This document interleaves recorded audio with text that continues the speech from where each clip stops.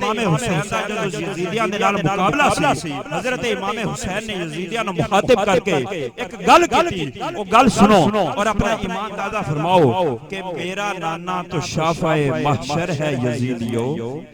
कि मेरा नाना तो शाफ़ाए महशर है यजीदियो, क्या तुमको उनके सामने लाया ना जाए कि दिल में किसी को और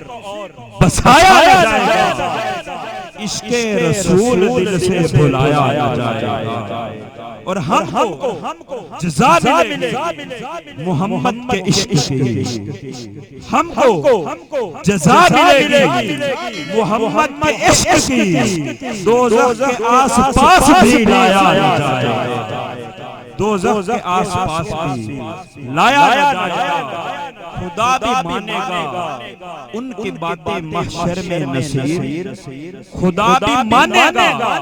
उनकी बातें महशर में नसीर, बिन मुस्तफा खुदा को मनाया जाएगा कि मेरा नाना तो शाफ़ाए महशर है यजीदियो, क्या तुमको उनके सामने लाया ना जाए, क्या तुमको उनके सामने लाया ना जाएगा।